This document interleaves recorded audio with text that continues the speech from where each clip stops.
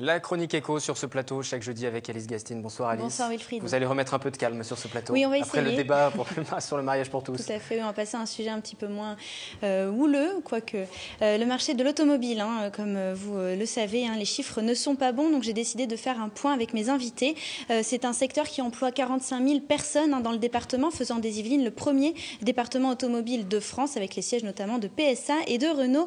Alors, quelques chiffres pour commencer. La source, c'est du comité des constructeurs français automobiles. En France, en 2012, 1,9 million de véhicules ont été vendus, soit une chute de 13,9% par rapport à 2011. C'est le chiffre le plus bas depuis 1997. Et chez les constructeurs yvelinois, PSA enregistre une baisse de 17,5% de ses ventes. Renault, une baisse de 22,1%. Alors, baisse des ventes, mais aussi de la production, des grèves, quelques débrayages, et puis des sites de production qui ne sont plus exploités à leur maximum. Enfin, cette annonce d'un plan social chez PSA avec la suppression de 8000 postes. Alors, quel avenir pour ces salariés et puis pour toutes les PME dont les activités dépendent des constructeurs automobiles, les sous-traitants qui sont installés sur notre territoire? On fait le point tout de suite avec nos invités.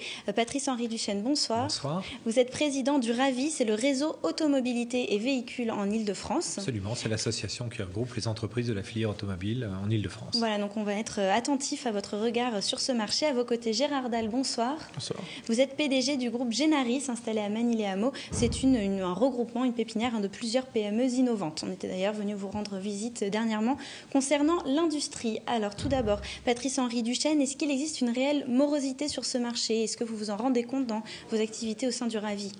Alors, une morosité, oui, le marché est mauvais en Europe et singulièrement, il est mauvais en France.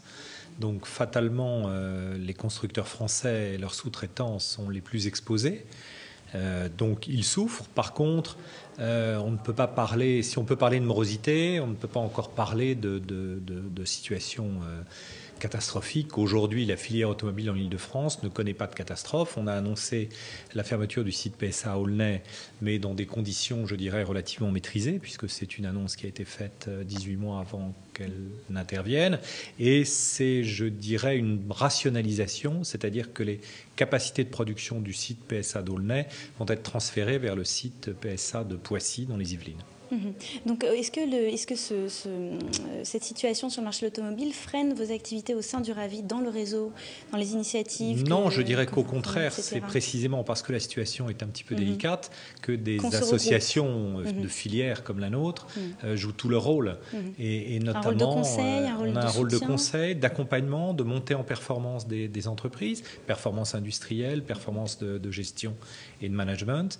Et puis, on encourage énormément les regroupements. C'est-à-dire que tout ce qui peut être mutualisé doit l'être aujourd'hui. Par exemple les RH, sur les fonctions RH, on met en place des dispositifs de formation pour plusieurs entreprises, pour leur permettre de pourvoir des postes qui sont assez difficiles à pourvoir et pour lesquels les entreprises dépenseraient sans doute beaucoup trop d'énergie à trouver les personnes, à les chercher, à les former.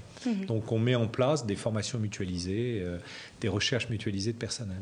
Vous avez évoqué les PME, les sous-traitants qui sont installés dans les Yvelines. Quelle est leur situation? Est-ce qu'ils sont menacés? Parce qu'on rappelle que le département des Yvelines est le premier département de l'automobile, c'est le département où il y a la plus forte concentration d'entrprises qui travaillent dans ce secteur. On va dire que le secteur automobile dans les Yvelines, ça représente plus de 50 000 emplois directs. Donc c'est effectivement l'une des industries fortes l'intérêt de le souligner. Et je ne parle pas de la distribution automobile, je parle de toutes les activités amont. Votre question portait sur les sous-traitants. Les sous-traitants. Alors il y a les sous-traitants industriels. Aujourd'hui, la production industrielle dans les Yvelines souffre un petit peu, mais elle ne souffre pas beaucoup. On a la chance d'avoir beaucoup de nouveautés qui sont produites dans les Yvelines. Sur le site PSA de Poissy, nous avons les DS3, notamment la DS3 Cabriolet qui est en phase de montée en cadence, qui sera lancée au printemps, la 208 qui est un modèle extrêmement récent. Sur le site de Flins, nous avons la Clio 4 et nous aurons bientôt Zoé dans quelques mois. Donc aujourd'hui, ce n'est pas précisément sur l'activité des PME industrielles que se posent les problèmes. Il y a encore du travail pour tout le monde pour l'instant. Il y a encore du travail pour toutes les entreprises que les présentes. voitures se vendent derrière. Parce que certes, il y a des nouveaux modèles qui arrivent, mais si les voitures se vendent oui, mais enfin, le difficilement... marché non plus n'est pas totalement atone. Et je crois c'est un bon réflexe qu'ont aujourd'hui les constructeurs de répondre à la tonie du marché par un certain dynamisme commercial et par un renouvellement de leur gamme. Il faut essayer de faire naître un petit peu le désir, de faire évoluer les organes mécaniques. Enfin, même si on a le désir quelquefois, c'est compliqué. Il faut tout de suite trouver l'argent derrière. Je voudrais faire réagir donc votre voisin Gérard Dalle à propos donc, de ces PME. Vous, à Génaris, vous avez des PME qui sont sous-traitantes pour des grands constructeurs automobiles. Comment ça se passe pour eux? Est-ce que leur activité est impactée? C'est-à-dire que nous sommes principalement sur la R&D, donc on accompagne donc les grands groupes, que ce soit PSA et Renault, sur la recherche et développement. Et il se trouve que la plupart des modèles, quels qu'ils soient, qui ont été cités, donc sont créés donc dans les sites de Vélizy chez PSA et la Garenne, et puis donc au Technocentre de Guyancourt. Donc globalement, ce sont encore donc des activités de recherche qui sont importantes. Malgré tout, on ressent effectivement donc les PME en général ressentent donc un léger tassement. Il se trouve que nous sommes donc impactés différemment parce que là il y a bien évidemment les ventes, mais nous travaillons sur des véhicules qui vont sortir dans 2-3 ans. Sur des prototypes. Donc dans les prototypes. Et il se trouve que donc après avoir fait un peu le tour donc, cet après-midi des différentes PME que je connais donc dans le monde de la R&D, du design, des prototypes sur lesquels nous sommes secteur sur lequel nous sommes donc dans le cluster, il y a de l'activité, il y a des modèles qui sont lancés, il y a le programme avec GM, PSA GM qui est de plus en plus donc clair pour les développements, qui génère des nouveaux développements, des nouveaux véhicules, des nouvelles silhouettes. Donc voilà, donc aujourd'hui nous ne sommes pas concernés, au contraire on recherche toujours de nouveaux collaborateurs. Vous êtes en phase de recrutement? On a recruté depuis la dernière fois, depuis la dernière émission, on a recruté et on continue à recruter. Donc pour préciser les choses, combien de PME chez vous, combien de salariés? 7 PME, 80 salariés et donc une croissance de 80% à peu près par an. Et vous travaillez aussi en collaboration ensemble? Avec le Ravi, non, puisque donc, je ne fais pas partie du Ravi. J'espère que vous rejoindrez notre association. Dans le passé, on m'a clairement dit que je ne pouvais pas faire partie du Ravi. Globalement, je suis dans une démarche concrète, pragmatique, vous l'avez bien vu.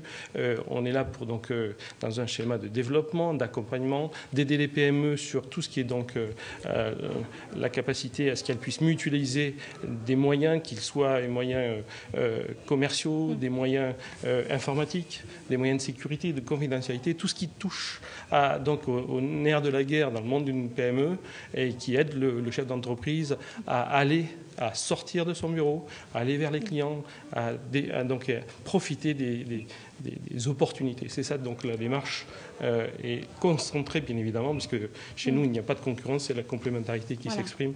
Donc bien évidemment ça... L'un comme l'autre, essayer donc, de mutualiser les efforts, les connaissances pour faire face à ce marché. Oui, je crois que c'est un sujet très consensuel. L'innovation permettra aujourd'hui de faire sortir ce secteur. D'ailleurs, c'est un secteur qui est plus en mutation qu'en déclin. Et pour l'innovation, ça coûte cher. Il faut aller vendre ses brevets, il faut les s'exporter, il faut éventuellement même pouvoir développer son innovation avec d'autres entreprises que vous faites, voire avec d'autres secteurs d'activité. Il y a énormément de ponts aujourd'hui entre l'aéronautique et l'automobile qui ne demanderaient qu'à être explorés. Surtout sur notre territoire. Absolument. Étant donné que l'industrie aéronautique est aussi très forte. Merci beaucoup, merci à vous deux d'être venus en plateau et merci pour votre éclairage. La chronique de l'écho qui se poursuit sur TV Fil. Dans le 7-8, on va parler de l'info en plus à présent, quelques infos supplémentaires. Tout à fait. Alors on va commencer avec les soldes. Vous le savez, Wilfried, ils ont commencé ce mercredi. C'est pour ça que vous aviez des sacs en retour de course. Exactement. Sur la pause du midi, bravo. Voilà. Et c'est jusqu'au 12 février. Alors la loi encadre strictement cette période de vente et nous avons suivi un contrôle de la direction départementale de la protection des personnes des Yvelines. C'était à Montesson, c'était ce matin. On regarde ce reportage. Je viens faire un contrôle de votre établissement en ce qui concerne les soldes d'hiver. Donc je vais faire un tour de votre magasin pour vérifier l'affichage des prix et comment vous avez mis en place l'opération solde. Les 15 contrôleurs de la direction départementale de la protection des populations des Yvelines sont sur le pont. Durant les 6 semaines des soldes d'hiver, ils vont effectuer environ 10 contrôles chacun et ils doivent ouvrir l'œil. Premier contrôle, l'affichage des prix. Ce sac est correctement étiqueté pour les soldes. Donc on a une annonce en pourcentage de réduction Et en plus, on a le prix du sac, donc le prix de référence qui est barré, avec le prix effectif qui sera pratiqué pendant les soldes. Donc là, c'est très bien, on a une double information auprès du consommateur. Deuxième contrôle, l'homogénéité des réductions proposées. Le pourcentage s'étend de -20 à -50%. Donc il est aussi intéressant de vérifier qu'il y ait autant de -50% que de -30% et que de -20%. C'est pour informer le consommateur qu'il va faire une bonne affaire sur plusieurs articles qu'il aura son choix. Troisième contrôle, la date de mise en rayon des articles soldés. Tous les articles d'une boutique peuvent être soldés à la seule condition qu'ils aient été mis en vente, donc c'est-à-dire proposés à la vente au moins un mois avant le début de la période des soldes. J'ai quand même appris lors de ce contrôle qu'il fallait effectivement indiquer la date de début de solde, ce que je ne savais pas, donc je le ferai dorénavant. Et oui, la date de début des soldes doit être clairement indiquée en vitrine. Autre point important, la distinction entre les articles soldés et ceux qui ne le sont pas, notamment par des étiquettes de couleur. Au final, cette boutique passe le contrôle avec succès. Dans le cas inverse, la DDPP aurait fait des recommandations et serait revenue contrôler la boutique lors des prochaines soldes pour vérifier leur mise en application. Les soldes d'hiver se terminent le 12 février. Et on passe à cette deuxième information. Le dépôt de bilan confirmé pour Virgin Megastore. La présidente de Virgin a présenté le dossier de dépôt de bilan auprès du tribunal de commerce. Les salariés l'ont appris ce mercredi. Près de 1200 employés sont menacés. Alors Virgin, ce sont 26 magasins dans toute la France, dont le seul des Yvelines se situe à Montigny-le-Bretonneux, plus exactement à SkyWest.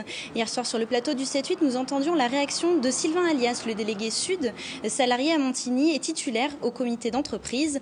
Alors pour lui, le responsable, c'est l'actionnaire principal Butler, à qui les syndicats demandent de prendre toute sa responsabilité. Sylvain Alias se montrait pessimiste quant à la possibilité d'un repreneur. Pour lui, la situation financière est trop dégradée. Les syndicats souhaitent continuer à mobiliser leurs salariés à Montigny. Toutefois, pour l'heure, pas de mouvement particulier.